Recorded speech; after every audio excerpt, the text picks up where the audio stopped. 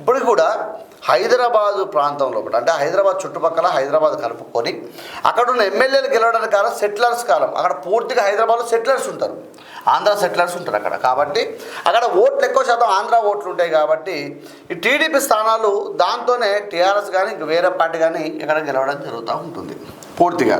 అయితే ఆర్థికంగా ఉంది కాబట్టి తెలంగాణ చంద్రబాబు నాయుడు గారితో కొన్ని మంత్రాలు జరిగాయని చెప్పి వార్త కథలు వస్తున్నాయి. ఇంతవరకు నిజమని వారే బయటకు చెప్పాలి కాబట్టి చెప్పలేము.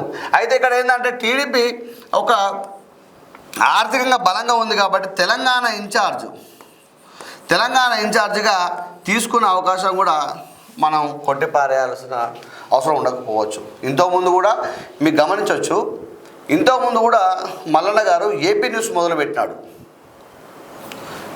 చంద్రబాబు నాయుడు గారితో కలిసి ఒక ఫోటో దిగిన తర్వాత తెలంగాణ మార్నింగ్ న్యూస్ లాగానే ఏపీ మార్నింగ్ న్యూస్ అనేది అప్పట్లో మొదలుపెట్టడం జరిగింది. మీరు గమనించకపోవచ్చు, మీరు చూస్తే కనబడుతూ ఉంటుంది. ఏపీ మార్నింగ్ న్యూస్ స్టార్ట్ చేసింది. కొన్ని రోజులు నడిచిన తర్వాత ఆ ఏపీ మార్నింగ్ న్యూస్ని పక్కా పెట్టేసి మళ్ళీ తెలంగాణ మీద పడడం జరిగింది. అయితే అప్పటి నుంచి కూడా కొంతవరకు చంద్రబాబు నాయుడు గారితో ఒక బీసీల పార్టీ టీడీపీ పార్టీ అని చెప్తూ ఉంటారు చాలామంది కూడా.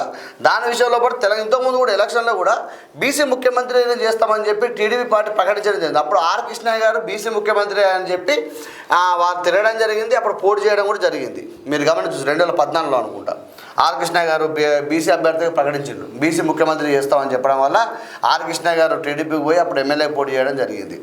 ఇది నెక్స్ట్ వచ్చి ఇంకొక వార్త వస్తుంది. ఏమని? జనసేన పవన్ కళ్యాణ్ గారు ఎవరైతే ఉన్నారో ఇప్పుడు తెలంగాణ లోపల ఆంధ్రప్రదేశ్లో ఇప్పుడిప్పుడే పార్టీని నిలబెట్టుకుంటూ రాబోయే కాలానికి పార్టీని నిర్మించుతూ ముందుకు పోతున్న వ్యక్తి పవన్ కళ్యాణ్. అయితే ఈ పవన్ కళ్యాణ్ గారు ఏదైతే స్థాపించిన జనసేన పార్టీని తెలంగాణ పూర్తి బాధ్యతలు శంకర్ గౌడ్ గారు చూస్తూ ఉన్నారు. తెలంగాణ ఇన్ఛార్జిగా నేమూరు శంకర్ గౌడ్ అనుకుంటే శంకర్ గౌడ్ గారు చూస్తూ ఉన్నారు.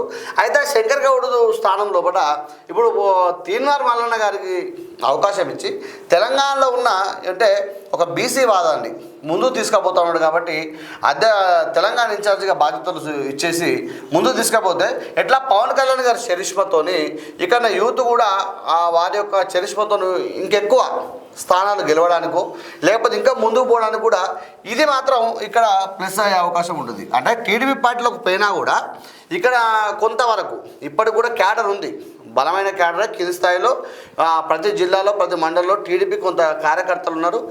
ఎవరైనా టీడీపీ అంటే గుర్తుపట్టిన వ్యక్తి అయితే ఉండడు.